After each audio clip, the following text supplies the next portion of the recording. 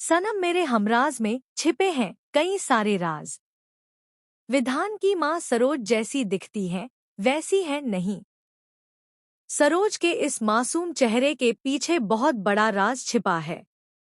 वह अपने बेटे विधान के साथ खेल खेल रही है।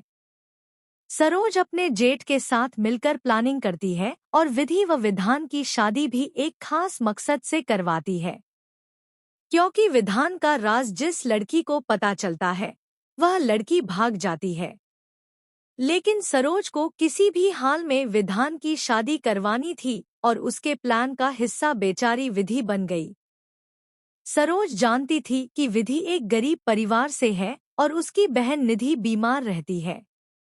उसे कब क्या हो जाए कोई नहीं कह सकता।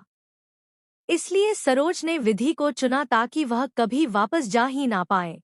क्योंकि विधि खुद के बारे में कम और परिवार के बारे में ज्यादा सोचती है। सरोज ने शादी तो करवा दी, लेकिन वह इसी टेंशन में रहती है कि विधि अपने मामबाऊजी को विधान के बारे में ना बता दे। क्योंकि अगर उन्हें पता चल गया तो वे यह रिश्ता तोड़ देंगे और विधि को हमेशा के लिए ले जाएंगे। ऐसे में सरोज का प्लान अधूरा रह जाएगा।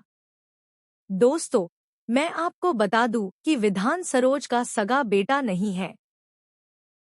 वह सौतेला बेटा है और यह बात केवल सरोज और उसका जेठ जानते हैं। सरोज ने अपने जेठ के साथ मिलकर अपने पति की जान ली थी। जी हाँ दोस्तों, सरोज ने ही अपने पति को मारा था। सरोज उतनी खतरनाक औरत है जितना कोई सोच भी नहीं सकता। विधि की फ्रेंड दीपा विधान का राज जानती थी। जैसे ही यह बात सरोज को पता चली, उसने अपने जेठ के साथ मिलकर साजिश रची और दीपा को इस दुनिया से अलविदा कह दिया। क्योंकि दीपा सारी बात विधि को बताने जा रही थी और सरोज जानती थी कि वह उसके रास्ते का कांटा बन सकती है। दीपा विधि के मामबाऊजी और बहन को भी सब बता सकती थी। इसलिए सरोज ने उसे जल्दी से जल्दी रास्ते से हटा दिया। ना जाने सरोज ने कितने मासूमों की जान ली होगी और वह किस मकसद से यह सब कर रही है, यह भी मैं आपको बताऊंगी। दूसरी तरफ विधान और विधि की मां को विधि की बात का अभी तक झटका लगा हुआ है। विधि की मां ने कहा कि हम उस घर में नहीं जाएंगे। सामने से तो उन्होंने विधान के सामने बात टाल दी, लेकिन अंदर ही अंदर वह बहुत टेंशन में है। वह सोच रही हैं कि आखिर विधि ने ऐसा क्या कहा। कहीं मेरी बच्ची मुसीबत में तो नहीं है।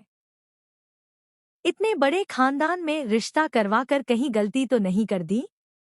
वहां शादी के बाद से विधि चुप चुप भी रहने लगी है।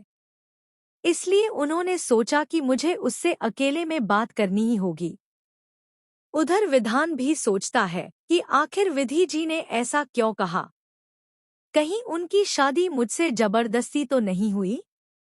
मुझे पहले उनसे पूछना चाहिए था, लेकिन अब मैं उनसे पूछूंगा। मैं उन्हें जबरदस्ती के रिश्ते में नहीं बांध सकता। अगर वह मेरे साथ रिश्ते में नहीं रहना चाहती तो मैं उन्हें आजाद कर दूंगा। एक तरफ विधान है जो विधि को आजाद करने की सोच रहा है। दूसरी तरफ सरोज किसी भी तरीके से बस विधि को बांधकर रखना चाहती है, क्योंकि वह विधि के जरिए ही अपने मकसद में कामयाब हो पाएगी। दरअसल सरोज ने अपने पति की जान जायदाद के लिए ली थी। वह विधान की शादी इसलिए करवाना चाहती थी और उसने विधान को सगे बेटे जितना प्यार इसलिए दिया ताकि विधान सरोज पर अंधा भरोसा कर सके और वह उसे कठपुतली की तरह नचा सके। सरोज के पति ने अपनी सारी जायदाद होने वाली बहू के नाम की थी ताकि सरोज उसके बेटे के साथ कोई गलत व्यवहार ना कर सके, क्योंकि वह अपनी पत्नी को अच्छे से जानता था। और अब सरोज विधि को